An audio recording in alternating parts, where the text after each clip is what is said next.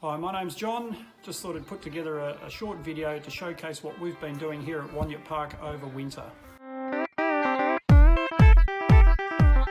We've been calving most recently. We've now got about nearly 80 calves, 70 something calves out there that we've just that have been born over the last month.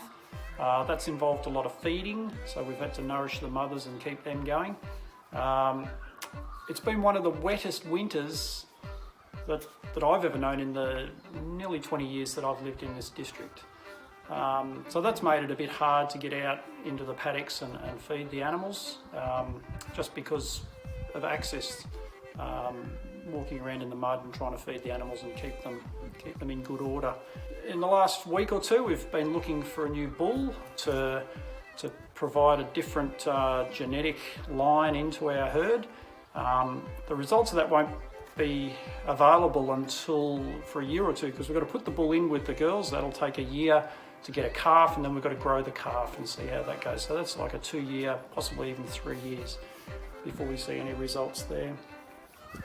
Another thing we did this year, we bought Jane a new tractor. Right, that was simply to enable Jane to be able to feed animals while I'm at work in Melbourne. So she can't drive this thing, or won't drive this thing, so we bought her a little one just to make it a bit easier. So that was our little purchase this year.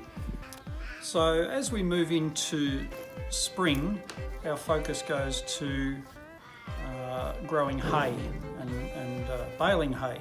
So we'll lock the paddocks out and let the hay grow, and then we use two different balers.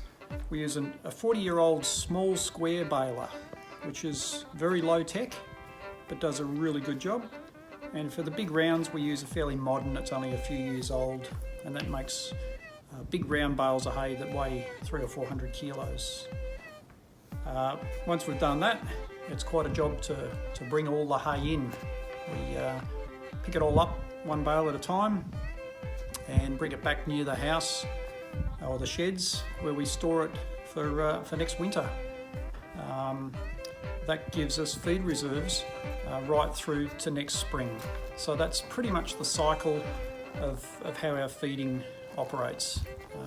There's one thing I've learned with my limited experience with this farming is you can't have too much hay.